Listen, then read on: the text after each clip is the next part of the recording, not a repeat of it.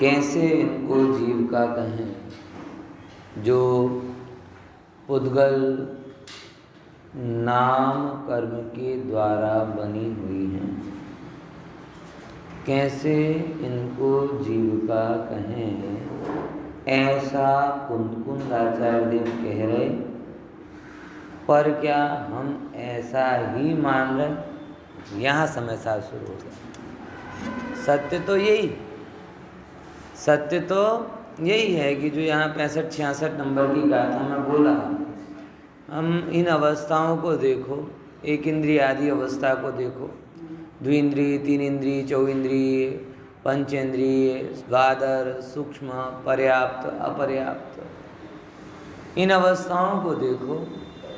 आचार्य डंके की चोट ये कह रहे, स्वानुभव के जोर से ये कह रहे कि जो पुद्गल के नाम कर्म से बनी हो वो पुद्गल की ही है, जीव की कभी हो नहीं सकती। यहाँ दृष्टांत में भी दिया है, टीका में कनक पत्र का दृष्टांत दिया, देखो ये दिया यहाँ पे, यथा कनक पत्रम कनकेन क्रियमाणम कनक एव न तो अन्यत्। ऊपर की लाइन, जैसे सोने का पत्र सोने के द्वारा बनाए जाने के कारण सोना ही, सोने की ईंट हुई ना, तो ईंट क्या मकान में लगवा दोगे? वो सोने की ईंट है, वो सोना ही है। बुलियन बोलते ना, बुलियन कहते हैं, बहुत ज़्यादा वो सोना होता है ना उसे। तो जो सोने की ईंट हो, सोने का पत्ता हो, वो स्वर्ण पत्र ही है, वो कोई अन्य नहीं है। हमें भले ही उसकी ईंट आदि की अवस्था दिख रही हो, पत्र आदि की अवस्था दिख रही हो, लेकिन वो स्वर्ण पने से अन्य नहीं है। ईंट होने पर क्या हम उसे ईंट के जैसा उपयोग करेंगे? ईंट जैसा दिखने पर भी हम उपयोग तो उसे सोने के जैसा ही करेंगे। हाँ, बिस्किट खा थोड़ी लेते हैं, सही बात है, बिस्किट, सोने का बिस्किट, हाँ बिस्किट है, वो बिस्किट नाम है, लेकिन स्वर्णमयी होने के कारण उसका कोई भी लौकिक रूप में प्रयोग होता ही नहीं। वो किसके रूप में प्रयोग होगा? वो एसेट के रूप में ही प्रयोग होगा, वो पूंजी के रूप में ही प्रयोग होगा, उसे लॉकर में ही रखा जाएगा, रसोई के डिब्बे में नहीं रखा जाएगा। समझ में आया? तो जैसे स्वर्ण से बना होने के कारण स्वर्ण पत्र स्वर्णमयी ही है, वो अन्य रूप नहीं है, वैसे ही नाम कर्म से बने होने के कारण ये शरीर आदि पुद्गलमयी ही है, जीव रूप नहीं है। सीधी सी गणित है। यहाँ करण विज्ञान के रूप में बता रहे, पहले तादात्म्य के रूप में बता रहे थे, बराबर। पहले कौन सा संबंध बताया था? उसमें और इसमें अंतर क्या हुआ कि पहले बताया था तादात्म्य संबंध, कि भाई जीवत्व में और ये रागादि भावों में तादात्म्य पना नहीं, बराबर ख्याल में है? कौन सा पना नहीं है?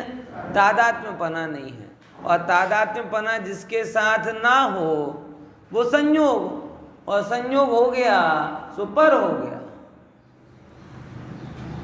आई कि नहीं बात समझ? तो पहले किस अपेक्षा से परपना पुद्गलपना सिद्ध किया था? तादात्म्य संबंध होवे सो जीव और संयोग संबंध होवे सो पुद्गल।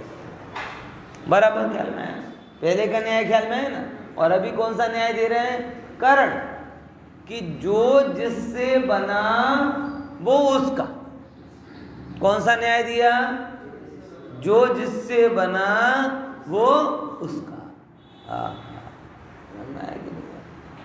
दही है ना, दही, वो दही वो नरेटी से बना, तो नरेटी की जो खटास है वो दही का गुण है, क्योंकि उसका कारण पत्ते वो। समझ में आए कि नहीं? जिस कारण से हो रहा, जैसे भारत में कोई बाहर का आदमी आ जाए, जो जो जासूसी करे भारत में रहकर भारत की, तो वो है किसका? बोले जो उसको धन दे रहा है, जिसके कारण से वो आ रहा है, उसका। समझ में आया? कोई लुटेरा है, लुटेरा चोर है, ठग है, वो आपके घर में आ जाए और बड़ी मीठी मीठी बातें करे, तो कर तो मीठी मीठी बातें रहा है, अपनों से भी ज़्यादा मीठी मीठी बातें कर रहा है, अपनों से भी ज़्यादा मीठी मीठी। आपको पता है ना ये बात? डाकू और ठग में क्या अंतर होता है? डाकू मीठी मीठी बातें नहीं करता, सीधा आता है, बेटा जो भी है हवाले कर दो, गन बताएगा, माल झड़प के ले जाएगा। और ठग होता है, और आपको पता चलता है कि आप लुट रहे हो। और ठग में क्या होता है? वो आता किसी कारण से है और बातें कोई सी करता है, और जब तक आप लुट नहीं जाते तब तक आपको पता भी नहीं चलता कि मैं लुट गया। और लुट जाने के कुछ दिनों बाद जब आता, अरे रे रे, वो तो ठग था, चूना लगाकर चल। हाँ, ये रागा दी। अब जो ठग आपसे बड़ी अच्छी अच्छी, बड़ी मीठी मीठी बातें कर रहा है, बराबर, वो सब करने पर भी क्या वो अच्छा हो गया? बोले नहीं। जो लूट के कारण से आया हो, वो मीठी मीठी बातें करने पर भी मेरा नहीं है। थोड़ा तो अच्छा होगा ना। अपने गाली भी दे तो अच्छे, और ठग ठग मिठाई दे तो भी बुरा, मीठी मीठी बातें करे तो भी बुरा। क्यों? क्योंकि अपने अनर्थ करने के कारण नहीं कहते, और ये अनर्थ करने के कारण क्या? तो जो जिस कारण से आए वो उसका, इसी किसी। अब ये सब का कारण हमने देखा, कौन कौन सा? एक इंद्रिय पर्याय किसके कारण बनी? नाम कर्म के कारण। द्विन इंद्रिय, तीन इंद्रिय, चौइंद्रिय, पंचेंद्रिय, वादर सूक्ष्म की तो कल चर्चा कर ही ली थी, है कि सारा जगत है बहुत कर्म बांधता है, जो निरंतर निरंतर सूक्ष्म नाम कर्म से संबंधित होता है। कल काफी चर्चा की थी ना, याद है? ख्याल में क्या बोला था? सूक्ष्म सूक्ष्म सूक्ष्म का क्या काम होता है? कोई रुके नहीं और किसी से को रोके नहीं, ना रुके ना रोके, सूक्ष्म। बराबर ख्याल में आया कि नहीं आया? अच्छा है ना। बहुत सारे लोग ऐसे बोलते हो भैया अपन तो ना किसी के काम में इंटरफेयर करते हैं, जिसको जो मन में आए सो करने दो। ऐसा मतलब अलग टाइप का सूक्ष्म कर्म है उसे, जो मतलब ये जो एक सच बता रहा हूँ, थोड़ा सा उसको आप समझना, गहराई से समझना, ऊपर ऊपर से मत समझना।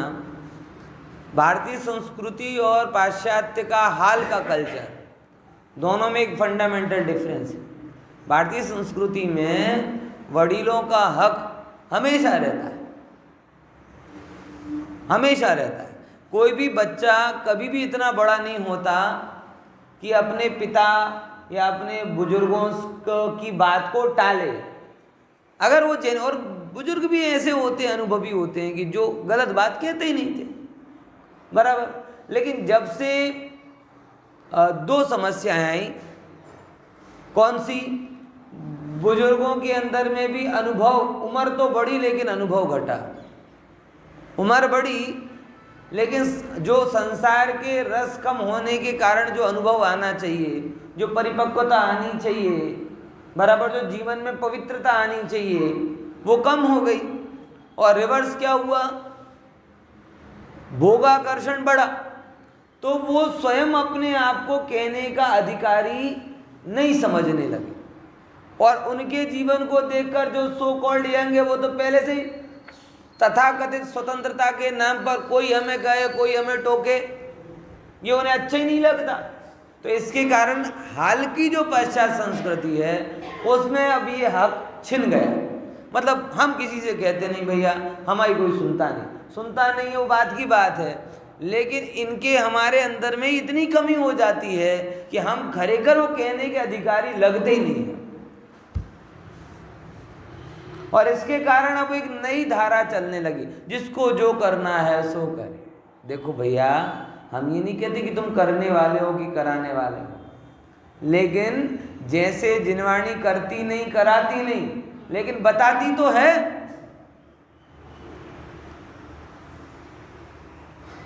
अगर तुम बताना ही छोड़ दोगे तो उनको ज्ञान कैसे होगा? हाँ, बताने पे अहंकार मत करो, हमारी मानेगा। आप ये अहंकार करोगे तो मैं तो हमेशा ये बोलता हूं, हमने आचार्यों की कितनी मानी, हमने जिनवाणी की कितनी मानी। तो अगर हमने अपने धर्म पिता और माँ जिनवाणी की अवहेलना की है तो निश्चित रूप से ऐसा पाप तो बंधा ही होगा कि हमारी पीढ़ियां हमारी नहीं मानेंगी। ये बात मन में रखो, तो कहने का दुख नहीं होगा। आए कि नहीं भाभी भाई, क्या मन में आया कि नहीं आया? और बिल्कुल न्यायपूर्ण बात है, कोई अलग बात तो है नहीं है। हमने अपने धर्म पिता की मानी होती, धर्म पिता मतलब अनंत भगवान, माता कौन? जिनवाणी। तो अगर हमने अपने धर्म पिता और माँ जिनवाणी की निरंतर मानी होती तो सहज ही इतना पुण्य बंध जाता कि हमारे बेटे बेटी हमारी मान लेते। लेकिन हमने नहीं मानी तो जिनवाणी ने बताना थोड़ी छोड़ दिया है कि रूठ के बैठ गई हो, मानते तो हो नहीं, हम क्यों बोले? समझ में आया? अनंत भगवान की मुख मुद्रा वीतरागता को छोड़कर रागमयी थोड़ी हो गई। कि तुम्हें भैया कोई मतलब नहीं, कितनी बार वीतरागता के दर्शन करा दो, तुम तो रागी ही रहते हो। भगवान ने अपनी मुद्रा तो नहीं बदली, माँ जिनवाणी ने अपना उपदेश नहीं बदला, हमने नहीं माना तो भी समझ रहे कि नहीं समझ रहे हैं? यानी दो बातें से दो रही हैं बहुत गहरी। कौन कौन सी? पहले नंबर, कहना चालू रखना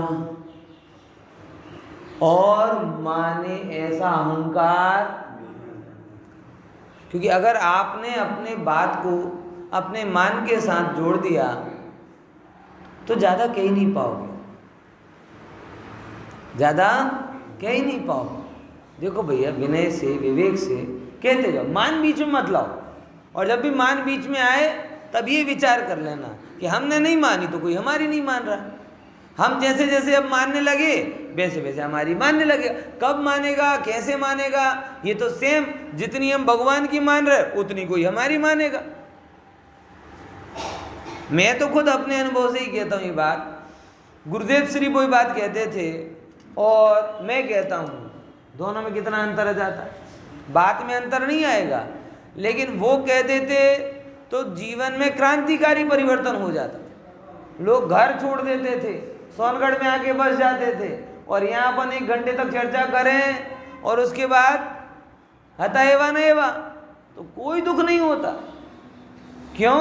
क्योंकि बिल्कुल सीधी सी बात है, गुरुदेव श्री ने जिनेंद्र भगवान की और जिनवाणी की बात को आत्मसात कर लिया तो उससे सहज इतना पुण्य बंधा कि उनकी बात को दूसरे आत्मसात करने लगे। मेरे अंदर में कहीं कोई कमी होगी तभी ऐसा पुण्य नहीं हो रहा और लोगों की पात्रता नहीं पक रही कि वो बात कहे जा रहे हैं लेकिन बैठ नहीं रही।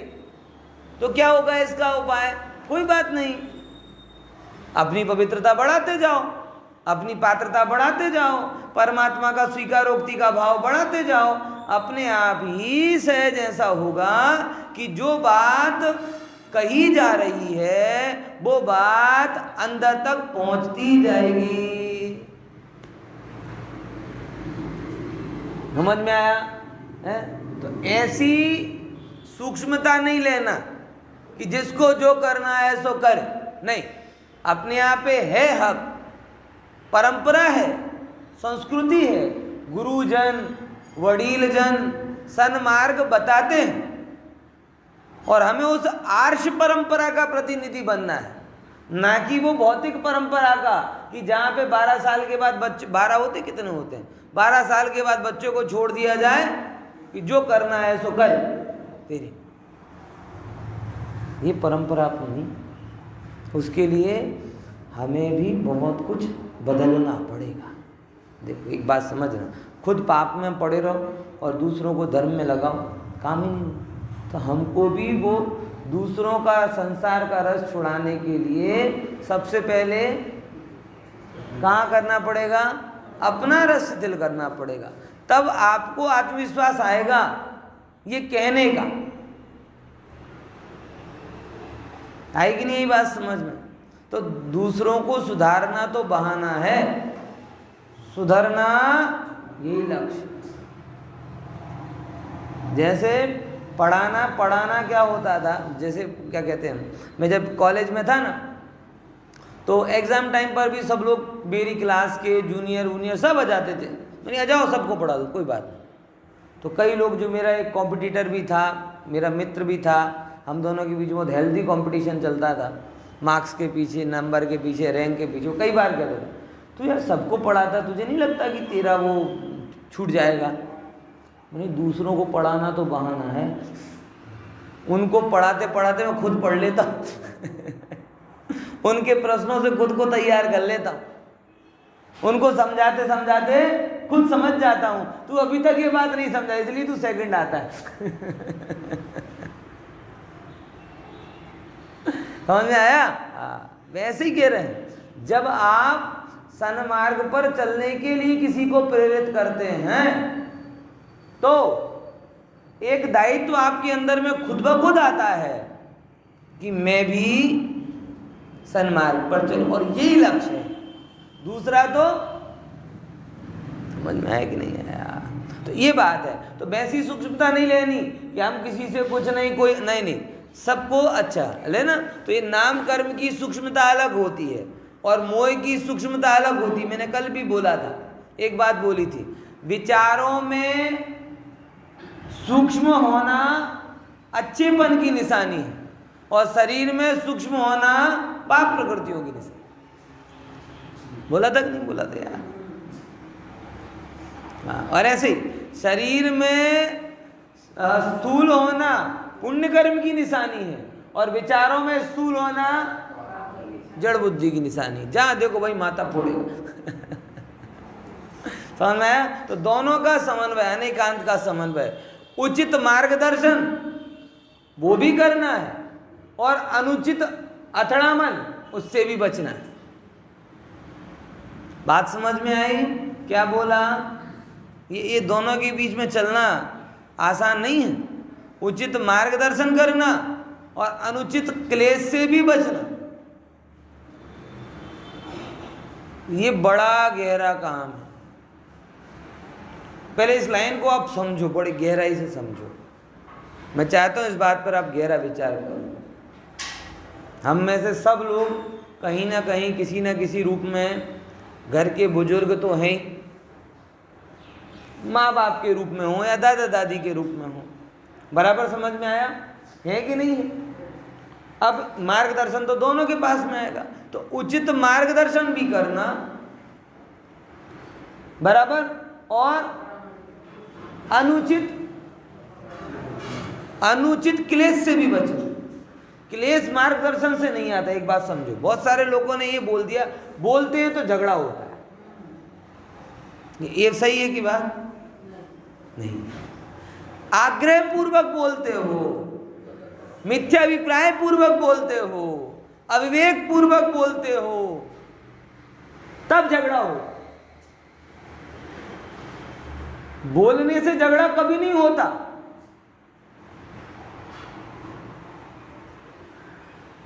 आ रही कि नहीं आ रही बात समझ में? है? ख्याल में आ रहा है ना भैया? बोलने से कभी झगड़ा नहीं होता। बहुत सारे बोलने झगड़ा होता है, बोलना ही छोड़ दो। अरे मूर्ख हो, बोलना छोड़ दोगे तो क्या होगा? तुम्हारा भला भी नहीं होगा, उसका ही भला नहीं होगा। बोलने से सत्य बात को बोलने से झगड़ा कभी नहीं होता। सत्य के वो साथ में जो हमारा अहंकार जुड़ जाता है ना, मैंने बोला तो क्यों नहीं माना, अधिकतर यही होता है। हम जो बोलते हैं ना उसमें फंस जाते हैं। देखो, अज्ञानता, विवेक पूर्वक आप कुछ भी बोल जाओगे। ऐसे ऐसे बोल दिया आपने साहब कि क्रिकेट खेल देख रहे हो ना अंकित भाई, और क्रिकेट देखते देखते आपने बोला देखो इस ओवर में विकेट निकल जाएगा, अब आपने कोई कारण नहीं है, बस क्या कर दिया आपने, बोल दिया। अब जैसे ही आपने बोला ना, वैसे ही अंदर में ये आता है, अब एक बॉल हो गई, अब अगर नहीं निकला तो मैं झूठा पड़ जाऊंगा, मैं झूठा पड़ जाऊंगा, मैं झूठा पड़ जाऊंगा। तो दो बातें आती, पहले नंबर ऐसी निराधार बात बोलने की क्या जरूरत थी, और अगर मुंह से निकल गई तो उसे पकड़ के क्यों बैठ गए, और अगर वो सही निकल गई तो तुम्हारा नुकसान, और गलत निकली तो तुम्हारा नुकसान। गलत निकली तो नुकसान है, सही से कैसा नुकसान? बोले सही से भी अहंकार हो जाएगा ना, मैंने बोला तो विकेट गिरा, और विकेट नहीं गिरा तो मैंने बोला यार, अब बताओ बॉलर खराब है, मैंने तो सही बोला था, ये बॉलर खराब। अज्ञानता पूर्वक जिससे भी आप जो, इसीलिए भी कहता हूं बड़बड़ाना भी विवेक पूर्वक क्या बोला, क्या बोला? बड़बड़ाना भी, बड़बड़ाना समझते ना, बबड़बू, ये बबड़बू पण के वो विवेक पूर्वक, केम कि अविवेक पूर्वक बबड़ी जशो तो भरई जशो। तो बोलना विवेक पूर्वक, और बोलने के बावजूद भी ये बताना कि मैं तो ज्ञापक कारण मात्र हूं, करता नहीं, मेरा काम बताने का है, परिणाम उसकी योग्यता से होता है। बोलने और उस बात को लेकर जरा सा भी क्लेश भाव नहीं करना, बिल्कुल उदासीन निमित्त बनना, जैसे जिनवाणी की भांति प्रेरणा पूरी करे और काम नहीं हो तो हमारे को, ऐसी पवित्रता आनी। 1000 बार भी कहना पड़े तो एक जैसा भाव, बेटा आत्मित करना चाहिए, बेटा स्वाध्याय करना चाहिए, नहीं करे कोई बात नहीं, फिर दूसरी बार को मुश्किल है, क्योंकि हर बात के साथ में हम जुड़ जाते हैं, एक बार बोलेंगे, 2 बार बोलेंगे, तीसरी बार बोलेंगे, फिर जवाब दे जाता है। समझ में आया? फिर कहते अब सुनता ही नहीं है तो क्या बोले। बस जब भी ये मन में भाव आवे, परमात्मा का याद करो कि रोज वीतराग मुद्रा देखकर जाते हैं। वीतराग मुद्रा उपदेश देती कि नहीं देती? देती है। कितने वीतरागी हुए? नहीं हुए तो क्या भगवान की वीतराग मुद्रा बिगड़ गई? बस ऐसे उपदेश रोज, आग्रह कभी नहीं। रोज जिनवाणी बोलती ना, हिंसा का आचरण करो, अपरिग्रही बनो, संयमी बनो, निर्लोभी बनो, रोज बोलती है ना। हाँ, अब नहीं मानते तो जे थाए करी, ऐसे बोलती। उपदेश रोज, आग्रह कभी। समझे?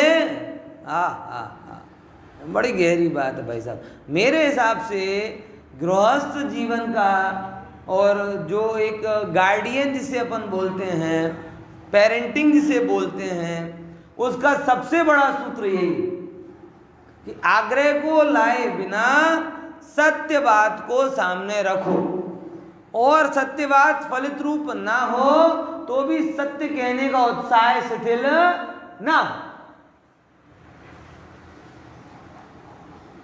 कठिन हो रहा है, क्या बोला है इसको? बोलो, चलो सरल हो रहा है तो बोलो, नहीं बोलोगे तो मैं तो बोलूँगा ही, क्योंकि मैं तो आग्रह रखता ही नहीं। देख फिर से, आग्रह को रखे बिना सत्य बात को, बस ये है कि सेम टू सेम नहीं बोल पाऊंगा, क्योंकि वो निकल गया, वो पकड़ नहीं पाता मैं, फिर से वो गया सो गया। अब आप फिर से सेट कर लेना आपके साथ, समझे कि नहीं समझे? आग्रह को रखे बिना क्या बोलो? सत्य बात को बोलो, और सत्य बोलने के बाद में भी वो फलित ना हो तो इतना सत्य का बल आपको होना चाहिए कि सत्य कहने का उत्साह शिथिल ना हो।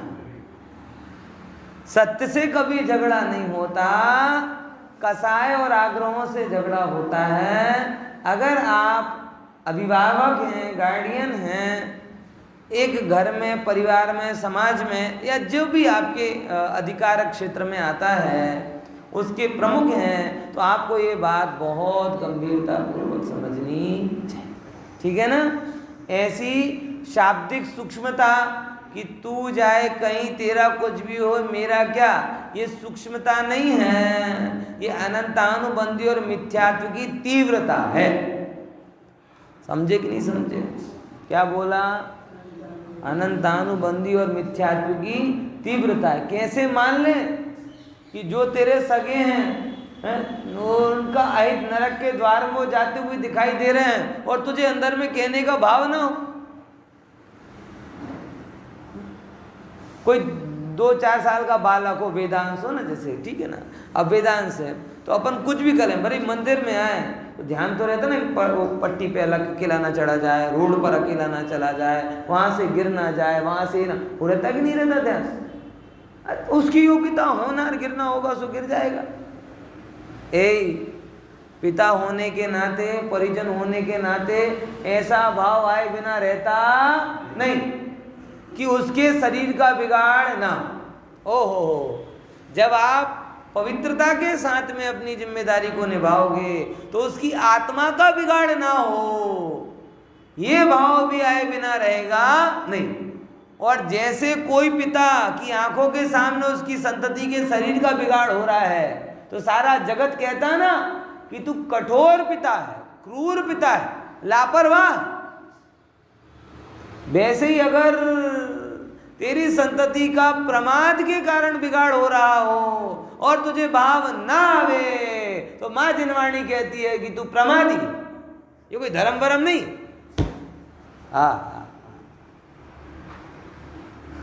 नहीं, आ तो राग भाव छे, आ तो जड़ छे, आ तो पर छे। भाई ये बात है साची, ये बात है साची। आज ये जो बात निकली उसके पीछे कुछ ना कुछ कारण तो हो, विचार करके देखना, समझना। दोनों कारण है, दोनों का अनिकांत की सिद्धि होती, ठीक है। तो जिस कारण से ये अवस्थाएं होती हैं वो कारण जिस रूप है वो भी पर है। अब यहाँ से अपन समझ लो जरा, ये सूक्ष्म दादा थोड़ी बात चली थी, कल की बात आई थी ना, तो कल की बात में मुझे थोड़ा सब्स्टिट्यूट देने की जरूरत लगी। मुझे कहा नहीं साहब, विचारों में सूक्ष्म बन जाओ, यानी जिसका जो करना है सो। कसाय टालने वाले विचार होने चाहिए लेकिन मार्गदर्शन करने वाले भी विचार होने चाहिए। ऐसा दोनों में, मतलब क्या है, जैन धर्म ऐसा ही है, एक जगह जाके फुल स्टॉप नहीं होता। जैसे ही एक पक्ष पूरा होता है दूसरा पक्ष अपने साथ आ जाता है, और जिसको ज्ञान है वो दोनों से समझता है, जो अज्ञानी है वो एक को लेकर। ये जो आज बात कही ना, ये कल के सब्स्टिट्यूट के साथ में गई। कोई विचारों में सूक्ष्म बन जाओ, बराबर, किसी से टकराना नहीं चाहिए। ये अगर मैंने विचार बोला तो इसका ये मतलब नहीं कि आप सत् कार्य की प्रेरणा, इस हेतु से पूरी की पूरी बात कही, ठीक है ना। चल अपन यहाँ पे आते हैं। तो ऊपर की हो गई थी ना, पर्याप्त सूक्ष्म आदर हो गए थे, और एक और शब्द यहाँ पर आया था, पर्याप्त और अपर्याप्त। कौन सा?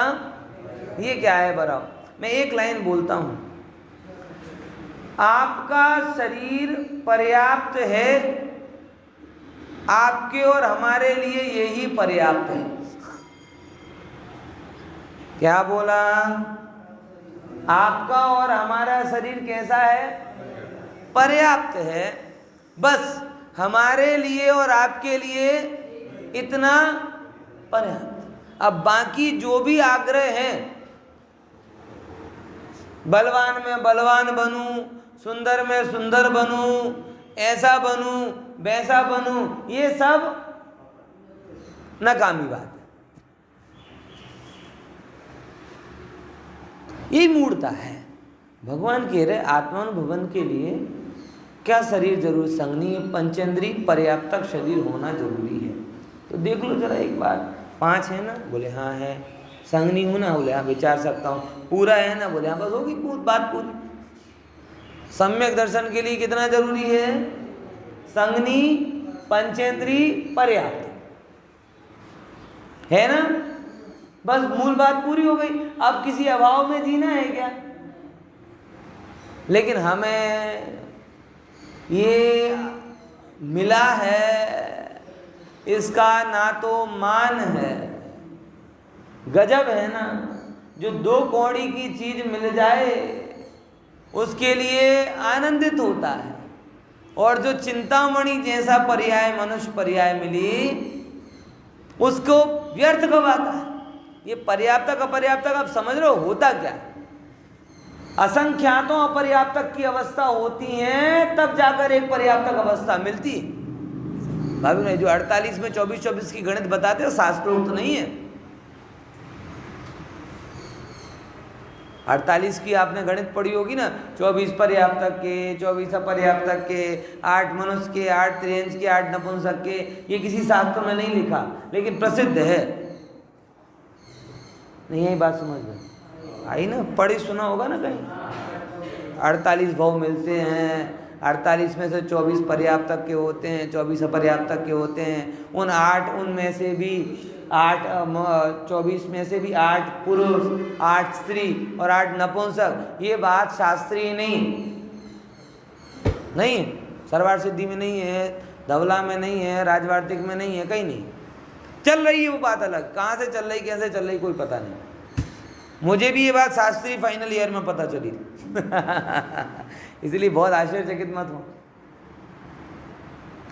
एक्चुअल में देखा जाए तो असंख्यात अपर्याप्त के बाद में एक पर्याप्त का भाव आता है। 24-24 का रेशियो नहीं है। संख्यातों भाव निकल जाते हैं अपर्याप्त के। नहीं वो उज्ज्वला बहन ने किस आधार से, मुझे मेरी कल्पना बहन से इस बारे में बड़ी लंबी चर्चा हुई थी। वो इसमें एक चीज ऐसा कि अगर कंटिन्यूअस मिले ना तो इतने हो सकते हैं। हाँ वो भी पर्याप्त अपर्याप्त की गणित तो मुझे नहीं बैठती है। पर्याप्त अपर्याप्त का रेशियो, क्योंकि लॉजिक आप विचारो, आपके शरीर में लब्ध अपर्याप्त कितने जीव हैं पता है? 5 असंख्यात। असंख्यात जीव आपके अंदर में हैं, रक्त में, अपर्याप्त दशा में। मनुष्य पर्याय का टिकट कटाया था इन लोगों ने। हाँ सम्मूढ़ से, लेकिन अपर्याप्त होके मर गए। बताओ, लब्धि अपर्याप्त। असंख्यातों ऐसे हैं, हाँ समझना, जिन्होंने मनुष्य ना एक से ही होते हैं। मनुष्य पर्याय का ही मतलब एक जैसे तो अपन भी नहीं होते। देखो शरीर पर्याप्ति अपर्याप्तक की 2 परिभाषाएं आती हैं। एक तो जिसकी 6 पर्याप्ति पूरी हो जाए उसे भी कहते हैं कहीं कहीं, और कर्म कांड में मात्र शरीर पर्याप्ति जिनकी पूरी हो जाती है वो पर्याप्तक, और बाकी जो होते हैं वो अपर्याप्त। बराबर समझ में आया? तो अपने शरीर में, वीर्य में और ना जाने कितनी कितनी जगह पर ये सब लब्धि पर्याप्तक जीव। अब क्लियर लॉजिक से समझ लो। एक ये मनुष्य पर्याय, अंदर में असंख्यात जीव, तो असंख्यात में एक हो रही कि नहीं हो रही? समझे कि नहीं? Simple logic. एक ये अपनी मनुष्य पर्याय जो पर्याप्तक की है, बराबर ना, और पैरेलल अपने खून में असंख्यात और लब्धि पर्याप्तक जीव है। इसीलिए जैन दर्शन में कई बार जो लोग कहते हैं ना कि भाई रक्त दान नहीं करना, उसका मेन कारण ये। अब वो बात लोग और रूप में ले लेते हैं, उसमें मैं बहुत ज़्यादा नहीं पढ़ना चाहता। जिसका जैसा भाव हो वो करे, हमारा काम आगम की आज्ञा को बताना। लेकिन मैं हमेशा ये कहता हूँ कि भैया रक्त देने के नाम पे कंजूसी करो तो साथ ही साथ इतना भी विचार लेना, इतनी भी दृढ़ता मन में लाना कि ये देह छूट जाए तो रक्त लेंगे भी नहीं। जब आप इस रूप में नियम लेते हो तब आपका पक्का नियम कहलाए। हाँ तब देने का मतलब गजब है। लेने के लिए तो कहीं से भी चाहिए, और जब देने की बात आए तो धर्म बता दो। ये डबल स्टैंडर्ड मुझे नहीं सुहाता। अगर आपको आपका जीव प्रिय है तो किसी को भी उसका जीव प्रिय है समझ में आया? ये नहीं है। मतलब कई लोग क्या है, बड़ी ऊपरी बातें करते, मुझे बैठती नहीं है। एक तरफ आप इतने कट्टर हो जा रहे हो कि नहीं देंगे नहीं देंगे नहीं देंगे, नहीं देना चाहिए, मुझे भी पता है, लेकिन शास्त्र में नहीं लेना चाहिए ये भी तो लिखा है। तो नहीं लेना चाहिए तो विचार ही नहीं आता। अब बीमारी हुई तो नहीं, अभी के अभी। ना अंग देना चाहिए ना अंग लेना चाहिए, तो अंग लेने का त्याग करो, फिर देने का त्याग करो। लेकिन ये दोनों न्याय को समझना। खैर अभी इस विषय में मुझे ज़्यादा नहीं बताना, मुझे केवल इतना बताना है कि अपर्याप्तक बहुत होते हैं। भाई साहब, आप ये समझ रहे हो कि हमने मनुष्य पर्याय की टिकट कटा ली, बात पूरी हो गई, अब तो मनुष्य बन ही जाएंगे। अरे रे रे, सम्मूर्छन के जैसे मनुष्य बनोगे। आयु बंद होने के बाद में भी अगर आपकी आत्मा राधा, और ये कब होता है, इसको भी थोड़ा मैं कारण आपको बता दूं। आयु बंध गई, आयु बंध, जिन पवित्र परिणामों के कारण आयु बंधी, वो पवित्र परिणाम में कंटिन्यूटी नहीं रही, तो आयु तो बदलती नहीं, लेकिन अवस्था बदल जाएगी। क्या बोला? अब विचार करके देखो, थोड़ी कल्पना। अभी यहाँ पे किसी की आयु बंद का टाइम आ जाए, और इससे अच्छी आयु कब बंधेगी कि बढ़िया जिनवाणी सुन रहे, अच्छी तत्व की बात सुन रहे, आत्मा का विचार कर रहे, इससे अच्छी तो कोई कंडीशन नहीं हो सकती ना। ऐसे में आयु बंधेगी मंद कषाय पवित्रता पूर्वक, वो नियम से कौन सी बंधेगी? अच्छी आयु बंधेगी। मनुष्य आयु भी बन सकती है, लेकिन प्रवचन पूरा हुआ, प्रमाद शुरू हुआ, और प्रमाद कंटिन्यू रहा, चलता ही रहा, फिर जिन परिणामों में आपने पवित्रता बांधी थी वो परिणाम रहे नहीं, तो आयु तो शिफ्ट नहीं होती ना, लेकिन वो अवस्था शिफ्ट हो जाएगी। कि मतलब पर्याप्तक सम्मूर्छन की, पर्याप्तक मनुष्य की बजाय कौन से मनुष्य की अवस्था को पाओगे? अपर्याप्त। वो मनुष्य, क्या मनुष्य, में तो ये समझ नहीं पा रहा हूँ। अंतर्मूर्त में मर जाए, ना मनुष्य पद के गौरव को पाए, ना परमात्मा की दर्शन करे, ना अपने, कोई कैसा मनुष्य के हैं? वो तो कर्म मनुष्य कह रहे तो मनुष्य मान रहे, बाकी तो मनुष्य मानने को भी तैयार नहीं। हाँ, ऐसे ही कह रहे, भाई तूने सीरियसली आत्माराधना की होती तो ये फल मिलता, पर तूने मजाक में की थी तो मजाक वाला फल मिलता। जैसे देव वैसी पूजा। तुम्हारे अंदर की पवित्रता पक्की होती तो तुम्हारी मनुष्य पर्याय भी पक्की होती। तुम्हारे अंदर की पर्याप्तता पर्याप्त होती तो तुम्हें अपर्याप्त दशा में नहीं जाना पड़ता, पर हमारे अंदर की पवित्रता पर्याप्त नहीं है, संयोगिक है, इसलिए अवसर भी कैसा मिलेगा? देखो, कर्म सिद्धांत है ना, ये पूरा कर्म सिद्धांत अपने भावों को बताता है। कर्मों को तो दिख रहे हैं निमित्त कारण, एक्चुअल में संबंध कहाँ से? परिणामों से। इसीलिए हमेशा एक बात समझना, आत्म ध्यान का भाव होना और आत्म कल्याण की भावना होना, इन दोनों में जमीन आसमान का फेर है। आत्म कल्याण का भाव तो कभी कभार उठते बैठते हो ही जाता है, पाप के उदय में, जिनवाणी के संयोग में, किसी भी प्रकार की विपरीतता में किसी को भी भाव हो जाता है। ऐसी कोई बहुत आश्चर्य की बात नहीं। मैंने पापी से पापी को भी ये भाव होते हुए देखा है, ऐसा नहीं कि नहीं होता। मैंने तो सच में, एक कसाई था मेरे सिलवानी में रहता है, मेरे साथ में पढ़ता था बहुत पहले, तो कभी मिला तो फिर मैंने ऐसे पूछा, नहीं यार सच बता, हम लोगों के हाथ से तो कीड़ी भी मर जाती है तो हमारा मन बहुत दुखी सा हो जाता है, तू ये ऐसे सब हलाल बलाल कर देता है तो दुख नहीं होता? मैंने ये उसके स्पष्ट प्रश्न किया। मैं धर्म वर्म को एक साइड में रख, तो एक मानवीय स्तर पर विचार कर, बराबर? तो कहते हैं अब सही बताएं तो यार बुरा तो लगता है, किसी को मारना थोड़ी अच्छा लगता है, लेकिन अब फिर वो धर्म ले आए, अब क्या करें, खुदा ने हमें इसके लिए बनाया, यानी फील हो रहा है, लेकिन अब वो ऐसा मान लेता है, उनको ऐसा सिखा दिया खुदा ने तुमको इसके लिए बनाया तो तुम काम करो, तो इस आधार पर वो उस पाप को जारी रखता है, नहीं तो उसके पास कोई आधार नहीं। उसे भी लगता है, कहता है कई बार बहुत अच्छा है कि तुम लोग कितना बढ़िया करते हो, एक भी जीव को नहीं करते, अच्छा काम करते हो। तो मतलब पापी में पापी को भी कभी कभार तो आत्मबोध और आत्मभाव, आत्म कल्याण का भाव होता है। कहाँ टिकेगा? लेकिन भावना जो होती है ना भैया, वो भावना कल्याण, भावना लंबी।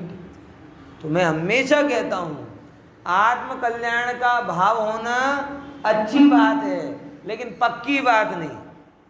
और आत्म कल्याण की भावना होना वो अच्छा भी है और पक्का भी। और इतना पक्का है कि पवित्र भावना हो तो आत्म कल्याण हुए बिना रहता नहीं। ये ताकत समझ में आया कि नहीं? तो आपको ये मनुष्य पर्याय पर्याप्त तक का मिला है ना। ए भाई, इसमें एक क्षणवर्ती भाव नहीं, दीर्घकालीन भावना छिपी हुई। मतलब ये मनुष्य पर्याय तुम्हारा हमारा सबका ड्रीम प्रोजेक्ट था। अपूर्व भाई, नरक का ड्रीम प्रोजेक्ट अगर किसी से पूछा जाए, जैसे अपन होते हैं ना कि तुम्हारा ड्रीम प्रोजेक्ट क्या है, तो नरक गति में किसी से पूछा होगा कि भाई तुमने किसकी भावना भाई थी ज्यादा, तुम्हारा ड्रीम प्रोजेक्ट क्या था, तो वो सारे नारकी बोलेंगे नरक के दुखों से दुखी होकर, नरकों में जिसने भावना भाई मानुष तन को पाने की, वेश दिगंबर धारण करके मुक्ति वधु को पाने। ये ड्रीम प्रोजेक्ट था। अब यहाँ आए तो किंतु आज ये देखो हालत ममता के दीवाने की, चेतन होकर जड़ द्रव्यों से कैसा नाता जोड़ लिया। एक अनजाने राही ने शिवपुर का ममता की पतवार न छोड़ी, आखिर को दम।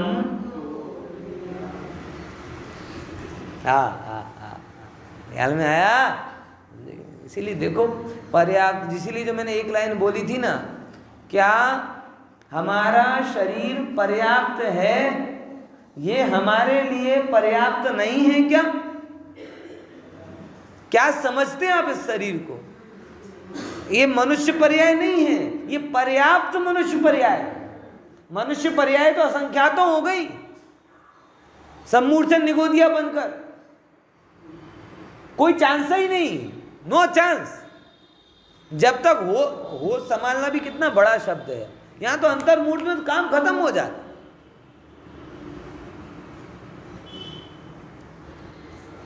समझ में आया? और लेकिन वही होता है। तो ये पर्याप्त शरीर है, इंद्रियों की बुद्धि ठिकाने है, शरीर अनुकूल है, संयोग अनुकूल है, बराबर।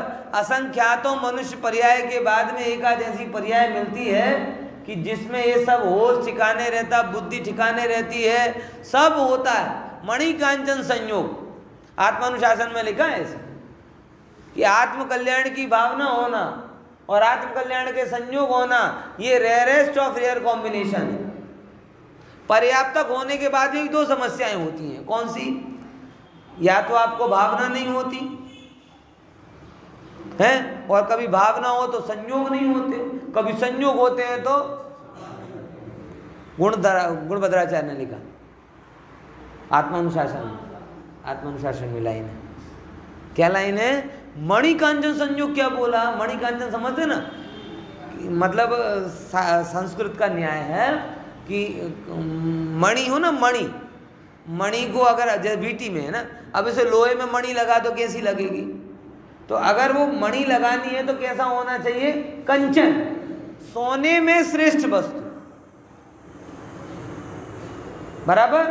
समझे कि नहीं समझे? तो जैसे सोना श्रेष्ठ है और उसमें मणि लगा दी जाए तो और श्रेष्ठ है, वैसे ही मनुष्य पर्याय श्रेष्ठ है और आत्म भावना मिल जाए तो सर्वश्रेष्ठ है। और ऐसे संयोग मिलना कि आपको भाव भी है और सामने संयोग भी है, बोले तुम्हारे लिए चौथा काल आ गया। अब मत सोचो कुछ और। मतलब ये बात कितनी गजब। मैं अभी पिछले 3-4 साल अनिल भाई के साथ गया था ना देवलाली, तो अभय जी मिले थे, अभय जी भाई साहब से ऐसी सब बातें हुई। बोले क्या कर रहे हो, कैसा कर रहे हो, ये कर, सब बातें हुई। तो उन्होंने बहुत अच्छी बात बोली, मुझे अभी भी बहुत मार्गदर्शन देती है। बोले भाई साहब ऐसा हूँ, ठीक है सब चल रहा है बढ़िया है, 2 टाइम स्वाध्याय करता हूँ। बोले शास्त्री हो, स्वाध्याय करने का मौका मिले तो विदेह क्षेत्र समझ लो। बोले अब आप ज़्यादा कुछ मत सोचो, विदेह क्षेत्र और क्या, अब पंचम काल में तो ऐसे ही विदेह मिलेंगे। समझ आया? जीवन के साथ आत्म कल्याण की ये बात सुनने को भी मिले ना तो विदेह क्षेत्र समझना, क्योंकि और बिल्कुल भी जब गंभीरता से विचारोगे तो बिल्कुल सही बात है। जगत में देख लो ना, एक तो जैन होना मुश्किल, जैनों में जिन मंदिर कितने होंगे, जिन मंदिर में स्वाध्याय कितने कर रहे होंगे, स्वाध्याय में लोग कितने बैठ रहे होंगे, देख लो जाके, कितनी पवित्रता के साथ में भाव भा रहे होंगे, देख लो जाके। और ये तो भारत का सर्वे बोल रहा हूं, दुनिया में लाओगे तो और कितने परसेंटेज कम हो जाएंगे। तो विदेह क्षेत्र में भी करते क्या हो, यही तो करते हो, समो शरण में बैठे हो, जिनवाणी माँ का आश्रय है, तीर्थंकर भगवान की वाणी है और आत्म कल्याण की भावना है। तो तीर्थंकर भगवान की वाणी है और आत्म कल्याण की भावना है, दोनों यहाँ और क्या चाहिए। समझ में आया? तो भाई ये शरीर पर्याप्त है, शरीर के लिए भी इतना पर्याप्त है, और मन को ये ट्रेनिंग दे दो कि बस इससे अधिक और कुछ नहीं। अब जो कुछ भी काम करना है वो किसके लिए करना है? आत्म कल्याण के लिए करना है। सरल है कि कठिन, इतना से बता दो बस। क्या बोला? मैं फिर से बोल रहा हूँ लाइन को, शरीर पर्याप्त है, ये शरीर के लिए पर्याप्त। मन को भी कह दो कि शरीर पर्याप्त है, इतना ही तेरे लिए पर्याप्त है। शरीर तो छानो मानो બેસી જ ગયો છે, મનને પણ કે હવે તું પણ ભઈલા બેહી जा, वो तेरे लिए भी पर्याप्त। और बाकी जो कुछ भी है वो सब आत्म कल्याण के लिए लगाना है। ये ज्ञान होगा तो ये पुद्गल कर्म की दशा कहाँ अपने को छुपाएंगी।